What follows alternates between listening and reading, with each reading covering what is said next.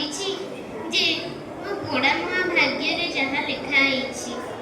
ବଡ଼ ପୁଅଟି ସବୁଦିନ ରାତିରେ ମଦ ପିଇ ଆସୁଛି ଓ ତା ପିଲାମାନଙ୍କୁ ଖୁବ୍ ବାଡ଼ଉଛି, ଯାହା ଫଳରେ ସେମାନେ ଟିକେ ଖାଇପାରୁନାହାନ୍ତି କି ଟିକେ ଶୋଇପାରୁନାହାନ୍ତି।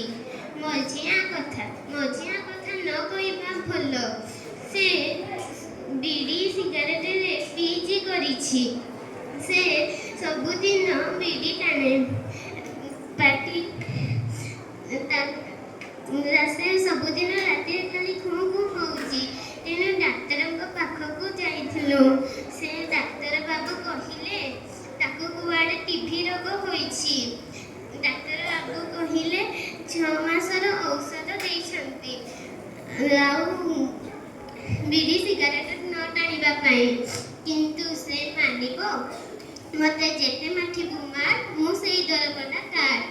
ସେ ମୋ କଥା ଟିକେ ହେଲେ ଶୁଣୁନି। ଆଉ ରହିଲା ସାନ ପୁଅ କଥା କ'ଣ କହିବି? ସେ ସବୁବେଳେ ପାନ ଗୁଟୁକା ଖାଇ ଚାରିଆଡ଼େ ଖାଲି ପୁଚ୍ ପୁଚ୍ କରୁଛି। ସେ ପାଟିରେ ଗୋଟେ ଘା ହୋଇଛି। ସେଇ ଘା ପାଇଁ ସେ 2 ମାସ ହେଲା ଡାକ୍ତରଖାନାକୁ ଭର୍ତ୍ତିକି ଏବେ ଯାଇ ପାଟି ଖୋଲୁଛି। ଡାକ୍ତର ବାବୁ କହିଛନ୍ତି ଯେ ପାନ ଗୁଟୁକା ନ ଖାଇବା ପାଇଁ, ଖାଇଲେ କ୍ୟାନ୍ସର ହେବ।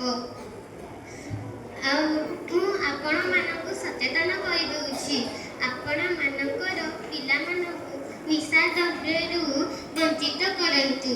ନହେଲେ କଥାରେ କୁହନ୍ତିନି,